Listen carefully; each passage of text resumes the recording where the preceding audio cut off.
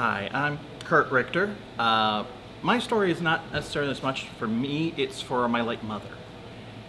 She used to come here back in the 50s when it was a movie theater, and she would tell me stories of how her and her brothers would oftentimes be dropped off by our grandparents.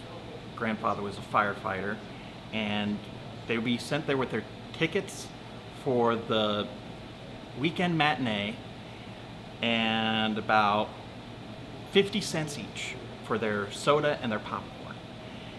My mom would have a gleam in her eye as she would talk about when she first saw Jason and the Argonauts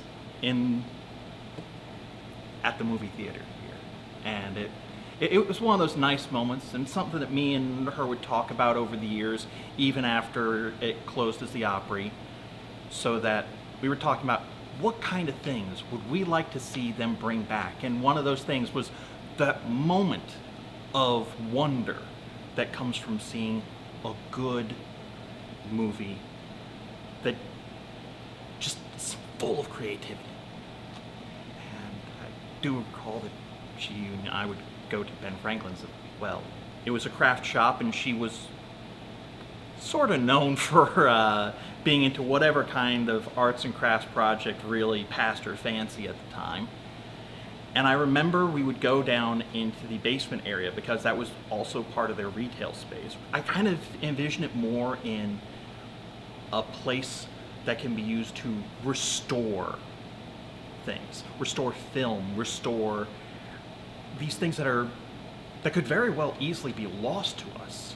Just like those memories that one can have when the person who's had them has passed on. You don't want to lose that as much. You want to keep the history or keep the stories going.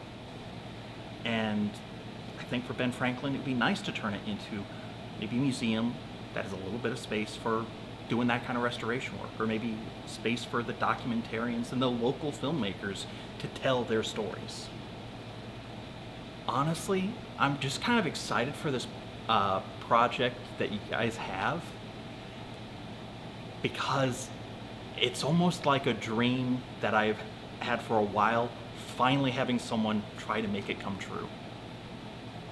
Awesome. That was excellent, Kurt. Thank you. Thank you for sharing all that.